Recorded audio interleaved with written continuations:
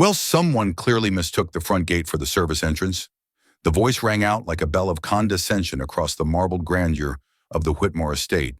Champagne glasses paused midair, murmurs fell silent, and every eye in the lavish ballroom turned toward the source of the insult, and toward the woman it was aimed at. Celine Carter had just stepped through the double archway in a flawless black suit, the tailored fabric sculpting quiet confidence. Her heels tapped softly against the polished floor, each step composed yet steady, her posture upright, her gaze calm. She was here not as a guest of courtesy, but as the CEO of Equinox Technologies, poised to finalize a $1.2 billion partnership with the Whitmore Group, a deal weeks in the making and potentially transformative for the global tech industry. But to Jason Whitmore, the only son of the billionaire family hosting the event, her presence seemed less than dignified. His smirk was thin, performative, and cruel. Holding a glass of vintage Cristal, he surveyed her from head to toe and delivered the line as if it were entertainment. Someone must have mistaken the front gate for the service entrance. A few guests let out awkward chuckles. Some looked down, pretending not to have heard.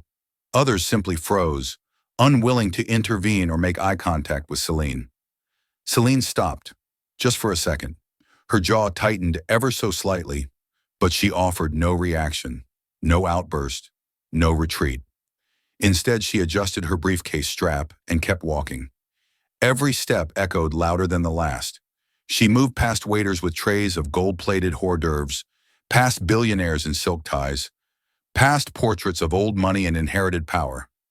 She kept her head high, but inside the weight of that one sentence settled like a stone. And no one, not a single person, had spoken up. Welcome to Jack Stories, where we share real stories that reflect life itself. Before we continue this journey, tell me, where are you watching from? Drop your city or state in the comments below. The clink of cutlery resumed as Celine took her assigned seat at the long ivory-draped table. A woman across from her, dressed in satin and a triple strand of pearls, leaned slightly forward and asked with a rehearsed smile, "Are you the assistant? I assume Mr. Carter will be joining us shortly?" Celine responded with grace.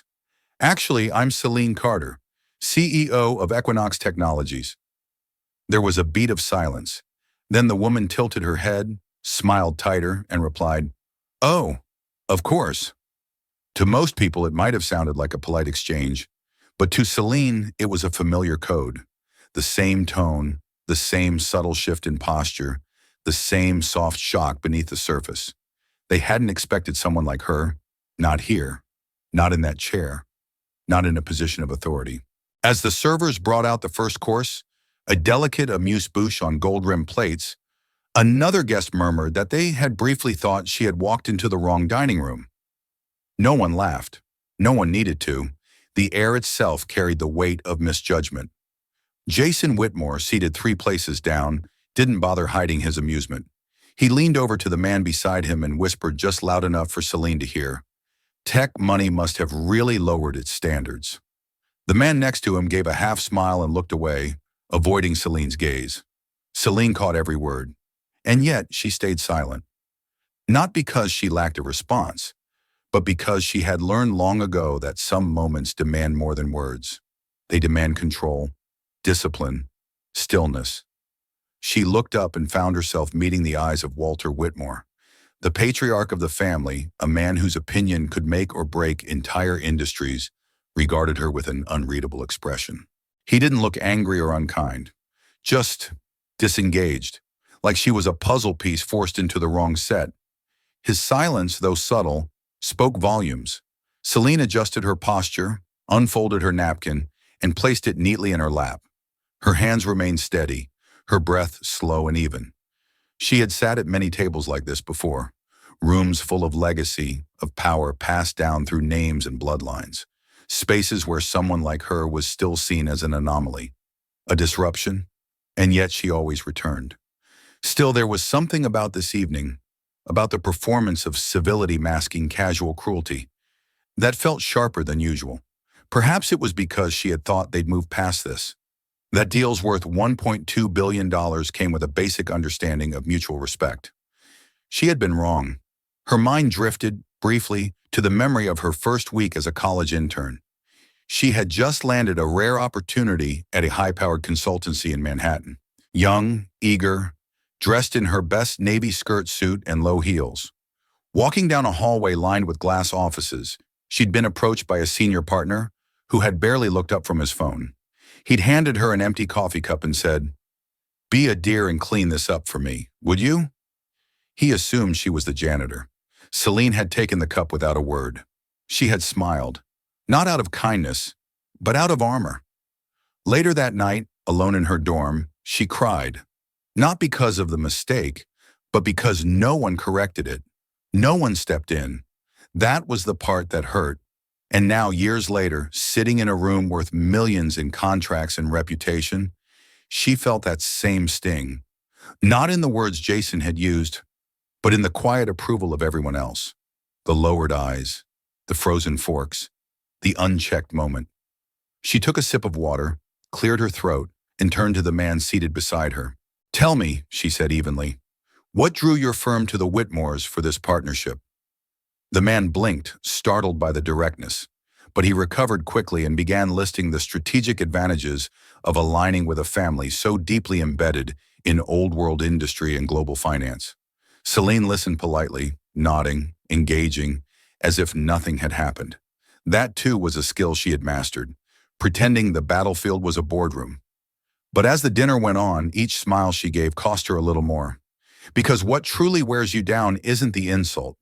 It's the weight of being the only one who notices it, the only one expected to rise above it, and the only one held responsible for staying silent.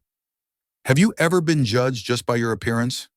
Back in her private office suite overlooking the city skyline, Celine Carter stared at the muted lights of the skyline while her phone buzzed for the sixth time in 5 minutes. It was a message from the board chair of Equinox Technologies. "We need to talk. Tonight. This is serious." Celine placed the phone down gently, but the weight behind the message pressed heavily against her chest. She had known the fallout from tonight's incident would come swiftly. What she hadn't expected was how quickly the board would shift from support to concern. By the time she logged into the emergency video call, 6 board members were already waiting. Their faces filled the screen, anxious, tight-lipped, and visibly agitated. Peter Langston, the CFO, spoke first.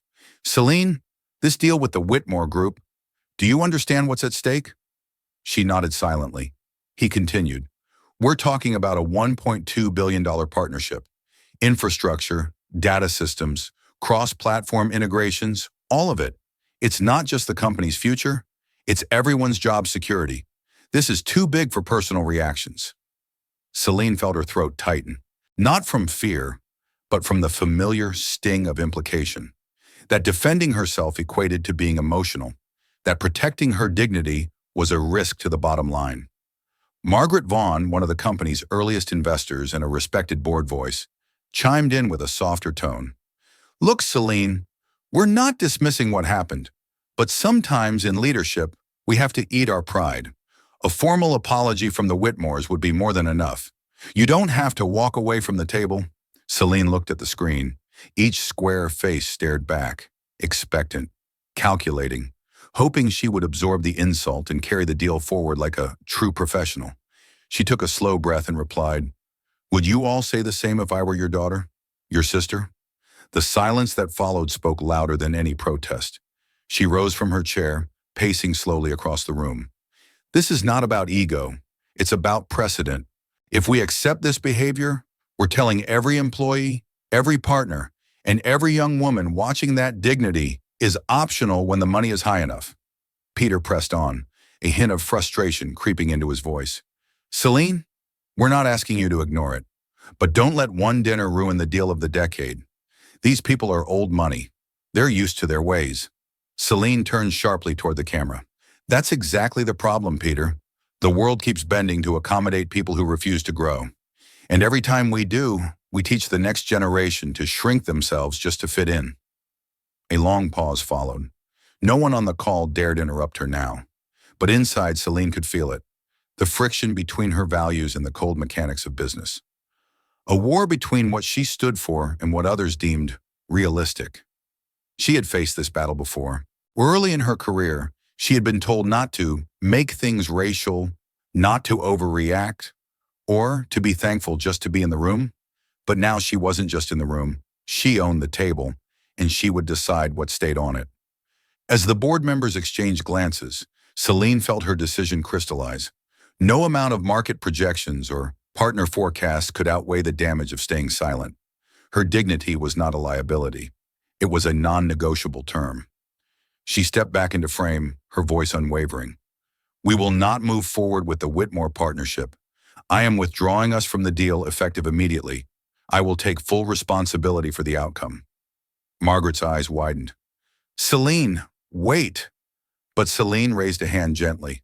I appreciate your concern, but I've made my decision. We cannot build a future on foundations that insult our humanity. The call ended. One by one, the screens blinked out.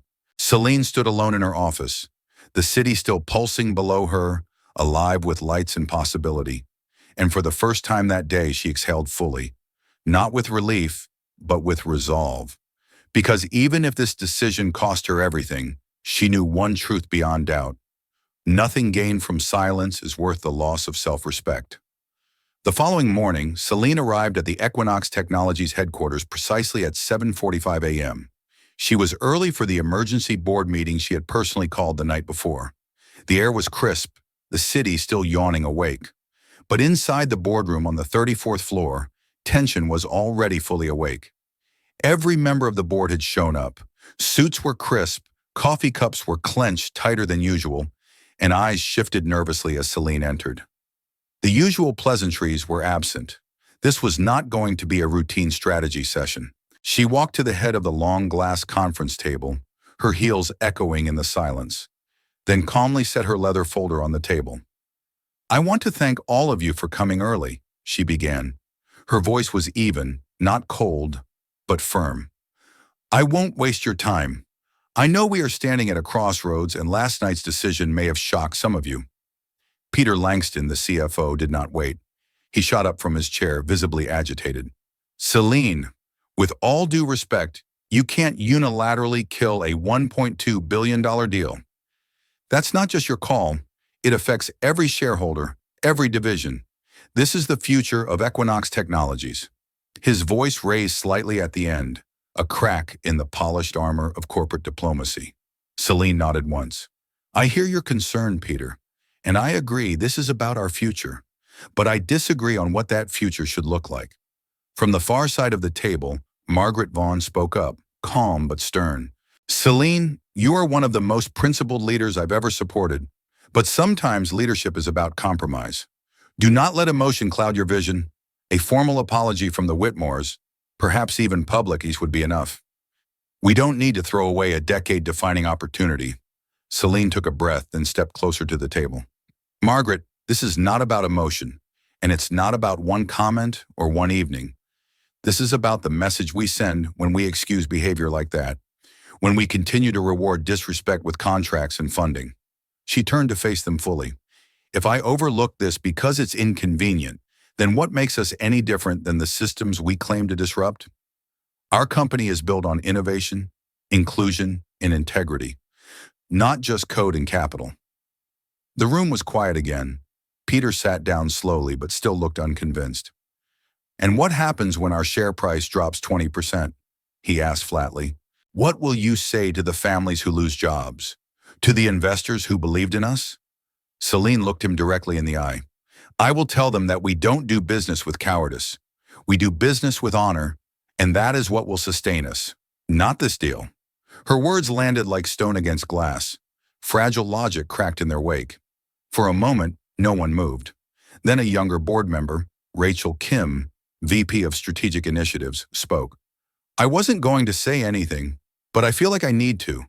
Last night, I watched the clip, the one someone leaked from the Whitmore dinner. All eyes turned. I've been in rooms like that before, she continued.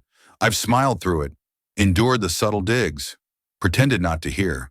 But watching how Celine handled it, quiet, composed, and then bold enough to say no, I realized something. This isn't just about Celine. It's about all of us. A few board members looked down at their notes, avoiding eye contact. The room had changed. Margaret cleared her throat, clearly unsettled by the shift in tone. Are we really ready to gamble the company's future on one moral stand? Celine answered without pause. We're not gambling. We're defining what kind of company we are. Then with finality, she said, this decision isn't up for further debate. I take full responsibility for the consequences, but I will not allow Equinox Technologies to profit at the expense of dignity. There was a long pause. One by one, heads nodded, not all in agreement, but in reluctant respect. She gathered her folder and made for the door. Just before she exited, she turned slightly and added, sometimes leadership means making the unpopular decision, and sometimes it means standing alone until others find the courage to join you.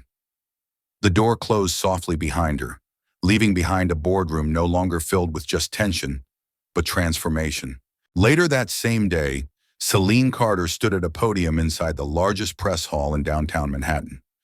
Behind her, the logo of Equinox Technologies shimmered faintly under soft lights. In front of her were more than 200 reporters, photographers, and media professionals, their faces tense with anticipation. The cancellation of a $1.2 billion partnership with the Whitmore Group had already hit every major news cycle. She adjusted the microphone slightly, looked up, and began without hesitation. My dignity is not for sale, not for $1 billion, not for $1.2 billion, not for any price. The room went still. She continued, her voice calm but unwavering. We are officially and permanently withdrawing from negotiations with the Whitmore Group. Equinox Technologies will not proceed with a partnership where our values are compromised. Our future cannot be built on disrespect. The moment her final words hit the air, an explosion of camera flashes lit the stage. Hands shot up with urgent questions. Miss Carter, are you concerned about backlash from your shareholders? How do you respond to critics who say this is an emotional overreaction? Are you suggesting that the Whitmore family is racist? Celine took them one at a time. I believe our shareholders understand this company was never built on shortcuts or silence. Integrity is not a liability. It is our foundation. If defending your self-respect is called emotional, then I'm proud to be emotional. Leadership is not about absorbing injustice quietly. I am not here to label anyone. I'm here to draw a line. Her answers weren't rehearsed but deliberate. She had spent the entire morning reflecting, calmly, clearly, about what she stood for and why this had to happen. From the wings, Dana Morgan, the company's VP of Communications and Celine's longtime friend, watched with folded arms and a deep sense of pride. The risk was enormous, but Celine had never been clearer. Meanwhile, inside the Whitmore estate, Jason watched the live feed with mounting disbelief. She really did it, he muttered, pacing, his jaw clenched, fingers tightening around the stem of a half-finished wineglass. She just cost herself everything. But he was wrong, because while Celine's press conference was wrapping up, something far more potent was just beginning to unfold. Unbeknownst to Jason or his family, a video had surfaced. It was only 47 seconds long, shaky, low resolution, filmed vertically, but it had power. A staff member at the Whitmore event, likely a catering assistant, had recorded the exact moment Jason delivered his infamous insult. His voice was unmistakable. Well, someone clearly mistook the front gate for the service entrance. The camera panned briefly to Celine's face as the room fell silent, her expression unreadable but proud. Within hours, the video had racked up over 1 million views. By the end of the night, it surpassed 10 million. Hashtags like Dignity Over Deals, Stand with Celine, and Real Leaders Rise were trending nationwide, not just on social media, but on television tickers, news banners, even morning radio commentary. Reactions poured in from every corner. Civil rights leaders praised her for setting a new standard. Entrepreneurs called her a modern icon. Young professionals of color shared their own stories. Each post a painful echo of microaggressions endured, of opportunities lost to prejudice. At first, Jason laughed. It's just a moment, he scoffed. The internet will forget tomorrow. But the internet did not forget. It remembered, and then it rallied. That night, major investors began distancing themselves from the Whitmore Group. One logistics partner pulled out of a pending agreement. Another firm halted all advertising tied to the Whitmore brand. Then came the headlines. Whitmore, heir under fire after leaked video. Celine Carter's stand goes viral. Corporate America responds. Is this a turning point for dignity in business? Dana burst into Celine's office the next morning, her tablet screen glowing. Celine, we're at 30 million views. Comments are pouring in. People are calling this historic. Celine, seated at her desk, looked up slowly. Her face remained calm. Good, she said softly, but we don't celebrate hurt. We rebuild from it. Dana nodded, understanding exactly what she meant. This wasn't about revenge. It wasn't about public shaming. It was about change. Celine turned back to her screen and quietly began typing a statement for the company's internal network. It read, "Let this be clear to our team. No matter your title, your background, your role, you are valued here. Your dignity is not a negotiable asset. It's the cornerstone of how we lead." By noon, that message had been shared more than 100,000 times. Celine hadn't just made a decision. She had started a movement, and the world was watching. 2 days after Celine Carter's press conference and the viral storm that followed, the identity of the person who had recorded the now infamous video was still unknown to the public. Speculation was rampant. Some thought it was a server. Others claimed it had to be a disgruntled Whitmore employee. But the truth, as Celine learned quietly that morning, was something far more powerful. She received an unexpected email at 7:15 a.m. from an unlisted domain. The subject line read, "There's something I need to tell you." Attached was a short note. "My name is Ava Whitmore. I'm 17. I filmed the video that night. I didn't mean to start anything. I just couldn't stay quiet anymore. I watched how you held your ground while everyone else stood frozen. That wasn't right. I'm sorry it took someone like me so long to say something." Celine read it twice, then once more. Ava Whitmore, Jason's niece, Walter's granddaughter, the child of privilege, but not blind to injustice. Attached was a short second video clip, never released. It showed Ava sitting near the back of the ballroom, phone low in her lap, trying not to shake. It caught the entire scene again, this time from a different angle. Jason's smug delivery, the shifting glances, Celine's stillness. But then, just after the insult, the video caught a flicker of something most missed. Ava's hand clenched into a fist. She had known it was wrong, and though she didn't speak aloud that night, she found another way to scream, through a lens. Celine stared at the screen for a long time. Then she typed a reply. "Ava, thank you. Not just for the video, but for your courage. You reminded the world that silence is a choice, and sometimes the quietest person in the room becomes the loudest voice in the fight." Later that day, Celine met Ava in person. They chose a discreet cafe uptown. No cameras, no press. No, Ava was nervous, clutching a worn leather backpack and avoiding eye contact. She wore a simple gray hoodie, an odd contrast to the designer couture likely expected of a Whitmore heir. Celine smiled warmly.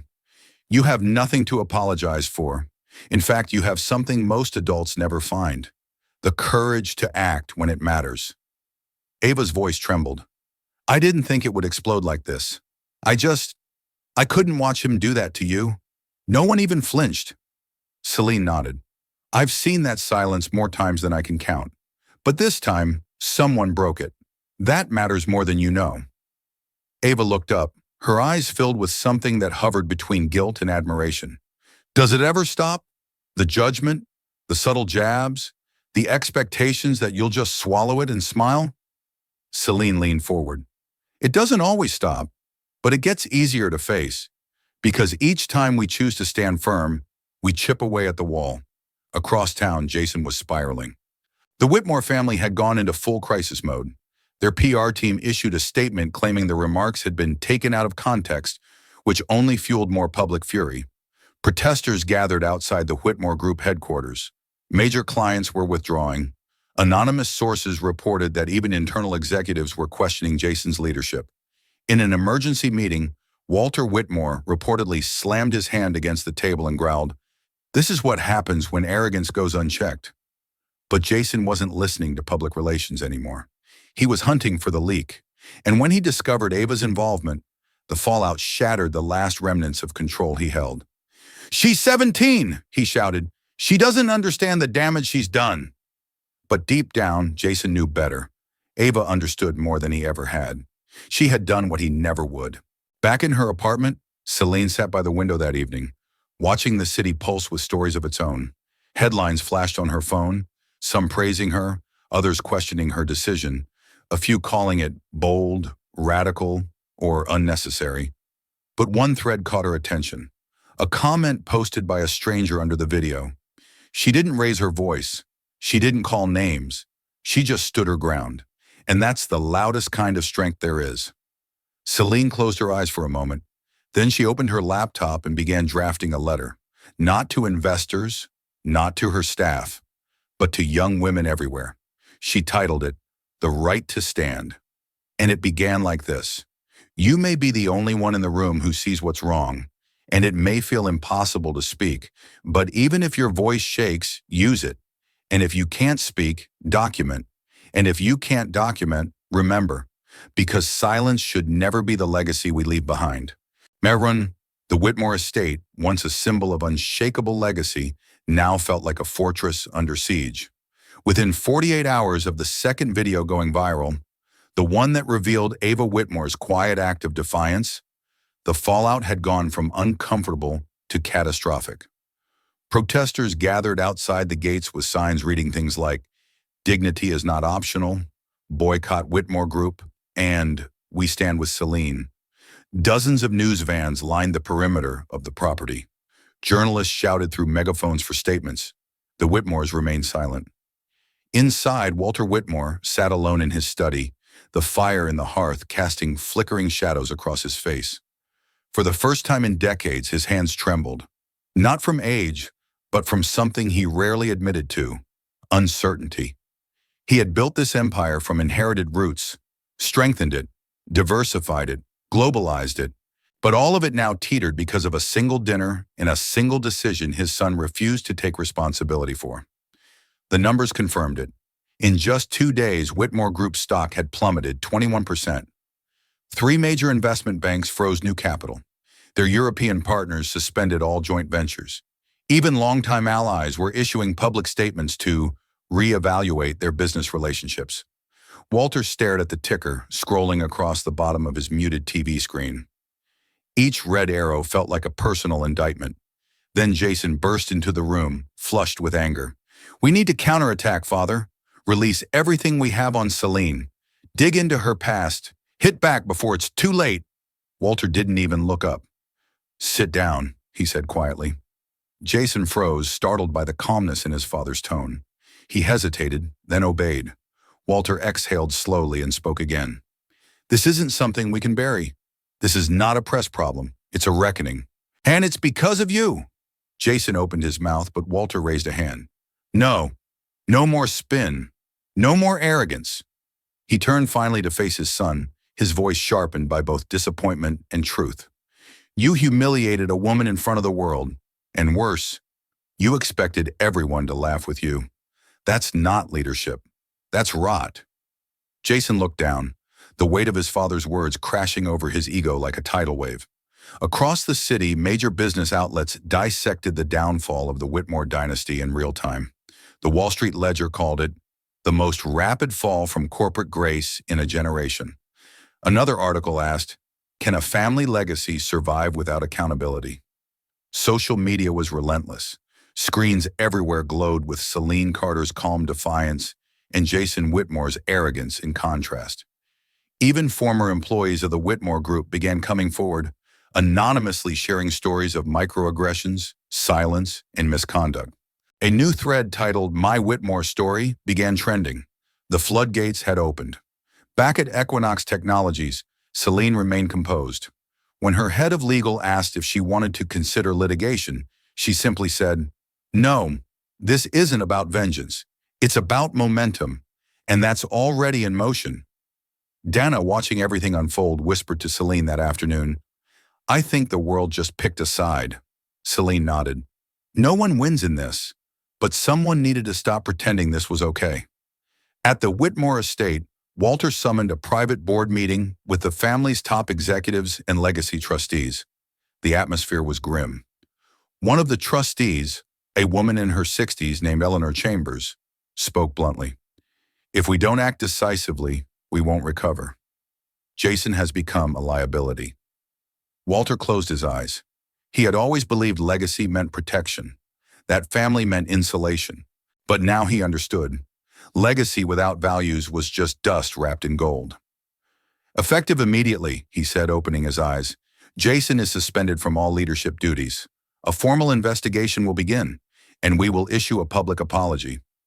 Jason's face turned pale. "You can't be serious." Walter looked at him, unflinching. "This is the cost of arrogance, and unfortunately, it's coming due."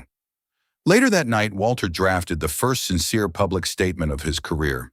It read, "To Ms. Celine Carter and to the public. We failed. We allowed a culture of entitlement and disrespect to fester. We take full accountability for the harm caused, not only by words spoken, but by the silence that followed. We vow to begin the hard work of rebuilding not just our image, but our principles." When the message was released, it was met with skepticism, but also with cautious respect. The world had witnessed the collapse of a dynasty, but for the first time, they saw a crack of light beneath the rubble. The ripple effect of Celine Carter's stand didn't stop at the Whitmore estate. In fact, that was only where it began. Within a week, a growing list of major corporations began issuing internal statements reaffirming their commitments to ethical leadership and zero-tolerance policies against racial bias. Several CEOs, both in tech and finance, publicly praised Celine's decision, calling it a turning point for modern business. She had become more than a figure in a controversy. She was a signal flare, a wake-up call, a new standard. Universities invited her to speak. Business journals asked for editorials. Panels were rearranged just to include her voice. People no longer introduced her as a successful Black CEO. They now called her the voice that reminded us what leadership should mean. Celine, for her part, remained quiet. She accepted no interview requests, declined public praise, issued no personal statements beyond the company's formal channels, because to her, the goal was never attention, it was impact. Back at Equinox Technologies, something subtle but powerful began to shift. Junior staff who had once kept their heads down during meetings now spoke with more confidence. Team leaders began opening discussions on culture, not just performance. The company's values were no longer slogans on a wall. They were lived, discussed, defended. During one internal town hall, a young analyst stood up and said, "For the first time, I feel like my voice matters, not just my work. Me." Celine didn't reply right away. She let the words settle. Then she nodded and said, "That's exactly the future we're building, one where no one has to shrink to fit in." Meanwhile, media coverage continued to grow. Celine's name trended again, not for drama, but for integrity. A New York Times opinion headline read, "She didn't yell, she didn't fight, she led." In boardrooms across the country, executives began asking not just, "What would our shareholders think?" but "What would our values demand?" The Whitmore fallout accelerated that shift. As Jason's suspension went public and Walter's apology gained traction, other families of generational wealth began looking inward. A silent race began, not to protect status, but to prove moral clarity. In response to public demand, a bipartisan coalition of lawmakers proposed new corporate governance legislation focused on accountability and leadership behavior. They called it the Carter Clause. Even Celine was stunned when she heard, "They're naming legislation after me?" she asked Dana with raised eyebrows. Dana laughed. "You didn't ask for it. That's what makes it matter." In the midst of the headlines and sweeping changes, Celine received a handwritten letter. No return address, no signature, just 5 simple lines. "I once stayed quiet when I should have spoken. You did what I couldn't. Because of you, I finally believe change is possible. Thank you." She read it twice, folded it neatly, and tucked it into the inside pocket of her notebook, the one she carried into every boardroom. Because in that quiet acknowledgement, she saw something more powerful than applause. She saw a mirror. The story was no longer just hers. It belonged to every intern who had been dismissed, Every executive passed over, every quiet soul told to endure instead of speak. It belonged to those who held their heads high even when the room made them want to disappear. And it belonged to the future, the next generation of leaders who wouldn't need to fight this battle alone. Celine Carter had not dismantled an empire. She had simply refused to kneel to one. And in doing so, she changed what the world would accept, what it would expect, and what it would no longer excuse. The old model, where money could bury misconduct, where silence was currency, where image mattered more than impact, was beginning to crack. And from those cracks, something stronger was starting to emerge. Not perfection, not utopia, but accountability, courage, and the courage to say out loud, this is not who we are, and we will not accept it. It arrived in a plain white envelope, no courier, no stamp.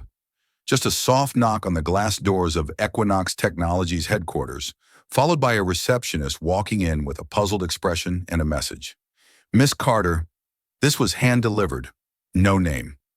Celine Carter was in the middle of reviewing a new community initiative proposal when the envelope was placed before her. She stared at it for a moment. There was no seal, no logo, nothing to distinguish it, just her name, handwritten in perfect block letters. She opened it carefully. Inside was a single-page letter, written in fountain pen on heavy cream paper. The handwriting was neat, elegant, aged. It began with a line that stopped her breath. I owe you an apology, not as a businessman, as a man. It was signed, Walter Whitmore. Celine leaned back in her chair. Her eyes scanned the words, every sentence more unexpected than the last. For most of my life, I believed silence was strength. That dignity meant remaining above the fray. That civility mattered more than conflict. But I now see that silence can also be cowardice. And civility, when used to excuse harm, is just another disguise for arrogance. He acknowledged everything. The insult at the dinner table, his own inaction, and the long-standing culture that had allowed such behavior to thrive unchecked under his watch. That night I said nothing when I should have stood, and in that moment I betrayed the very values I once believed I upheld. He spoke of Ava, his granddaughter, how he had underestimated her, how her quiet act of defiance had awakened something in him, a recognition of the generational rot he had passed on. You have every right to never forgive us, but I right to ask not for forgiveness, only for understanding. You showed us what real leadership looks like. I did not. Celine sat in stillness after reading the final line. I once thought legacy meant keeping power. You showed me it means giving it away when it no longer serves justice. She folded the letter slowly. She did not cry, but something inside her shifted. That night, as the sun dipped behind the skyscrapers, casting long golden lines across her office floor, Celine pulled out the small notebook she always kept with her, the same one that now held letters from strangers, interns, students, and that anonymous voice who once wrote, I finally believe change is possible. She slipped Walter's letter inside, not to protect him, but to remember the moment an old man chose accountability over pride. Elsewhere, Jason Whitmore watched the headlines continue to crumble around him. His suspension had turned indefinite. He had been removed from all media, locked out of board meetings. His friends no longer returned his calls. He tried to convince himself he was the victim, that he had been misunderstood, that this was all exaggerated. But deep down in the coldest chambers of his ego, he finally began to understand. This wasn't about a comment. It was about the disease beneath it, the entitlement he had inherited, never questioned, and weaponized. And Celine Carter had held up a mirror he could no longer look away from. 2 days later, a photo went viral. It wasn't of a protest, or a news conference, or a boardroom. It was a quiet shot snapped by someone with no press credentials of Celine and Ava Whitmore sitting on a park bench, laughing. No cameras, no security, no headlines. Just two women, one young, one seasoned, sharing something wordless between them. The caption under the image read, "This is what healing looks like. This is what change requires." Within hours, the image was picked up by major outlets. People around the world shared it with their own stories, their own moments of reckoning, their own hopes for courage. In a single week, Celine Carter had become not just a name, Not just a leader, but a symbol. A woman who didn't yell, didn't strike back, didn't crumble. She simply stood, and in standing, changed everything. 1 year later, Celine Carter stood beneath the vaulted lights of the Global Leadership Summit in Geneva. The hall was filled with delegates from over 70 countries, CEOs, activists, educators, journalists, all gathered for one shared reason: to explore the theme of the year.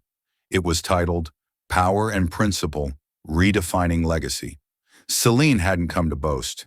She wasn't there to accept an award, though many had suggested she should. She came to speak. As she stepped onto the stage, the auditorium fell into hushed silence. She wore a simple navy suit. Not flashy, not new, just the same one she had worn the night she walked into the Whitmore estate a year before. The same suit that had become a silent witness to insult. Now, it had become a symbol of quiet defiance and greater triumph. She looked out at the crowd, then at the young people seated in the front rows, some of them students, some interns, some leaders in their own right. She began without a script. 1 year ago, I walked away from a $1.2 billion deal. Not because I wanted to, but because I had to. A pause. I didn't know what would happen next. I only knew what I couldn't allow. She went on to speak about what legacy truly means. Not the buildings named after you, not the wealth listed in magazines, not the silence people give when you enter a room, but what happens when you leave the room. We often think legacy is what we build, but really legacy is what we're willing to break. Her voice was steady, but her message struck with precision. She talked about courage, about the power of saying no, about how dignity doesn't arrive with a title, but must be carried through every decision you make. Behind the scenes, the team of the summit said it was the most emotionally impactful talk they'd hosted in a decade. By the end of her speech, the room erupted in a standing ovation that lasted nearly 5 full minutes. Back in the United States, the cultural shift continued to grow. The Carter Clause had been officially passed, adding ethics and behavioral standards into corporate accountability law nationwide. Several Fortune 500 companies had restructured their leadership frameworks, citing Celine's example as a turning point. University case studies now analyze the Whitmore scandal not as a PR failure, but as a failure of character. And Equinox Technologies thrived. They not only recovered from the canceled deal, they soared past it. Celine led new global partnerships based on shared values, not just profit projections. The company became a magnet for top-tier talent. People who no longer had to hide who they were just to get a seat at the table. But Celine never called it a victory. To her, it was a responsibility. On the anniversary of her speech, Celine received a small package. Inside was a photo in a simple black frame. The viral image of her and Ava Whitmore sitting on a park bench, smiling. On the back was a handwritten note in Ava's now familiar handwriting. Thank you for showing me what strength looks like. Quiet, clear, and unshakable. Celine placed the photo on her bookshelf. Not at the center, not at the top, but beside a row of books on leadership, ethics, and resistance. Because that's what this had been. Not a scandal, not a collapse, but a resistance. To systems, to silence. To the belief that legacy must come at the cost of one's soul. Celine Carter had redefined what it meant to be powerful. She reminded the world that you can lead without yelling, rise without crushing others, and walk away from $1 billion, and still sleep peacefully at night. Because true power isn't what you hold, it's what you refuse to trade for approval. Welcome to Jack Stories, where we share real stories that reflect life itself. Before we say goodbye, tell me, what does dignity mean to you? Have you ever had to choose between what's right and what's easy? Share your thoughts in the comments below, and don't forget to tell us where you're watching from. Your city, your story, it all matters here.